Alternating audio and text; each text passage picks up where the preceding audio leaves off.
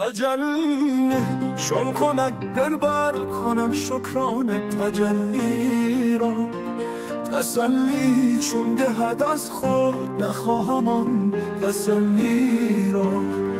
بسوزد در تجلی یا نسازد با تسلی، ببخشد گر تسلی جان به همان جان تجلی را. تجلی تون کند بر من، مرا از من کند خالی، که یکتایم نشیمم کی کنم جز جای خالی را. تسلی چون توان شد از جمال عالم آرایش، تسلی باد قربان ناز سلطان تجلی را.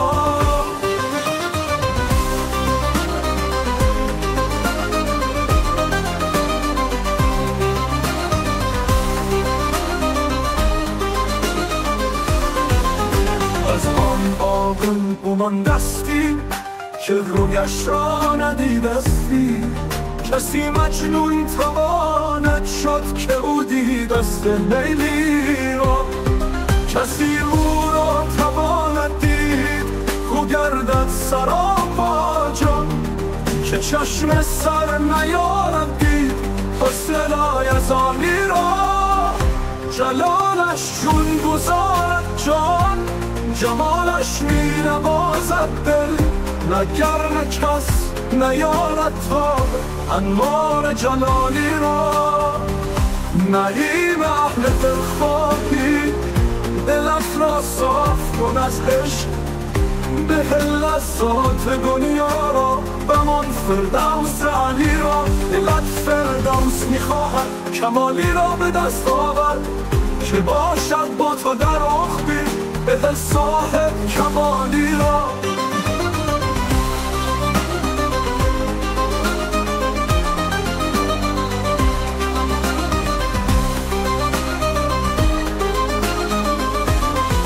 اگر خواهی که عقلت را ز دست دیو برهانی، ز سر بیرون کن ار توانی ابهام خیالی را.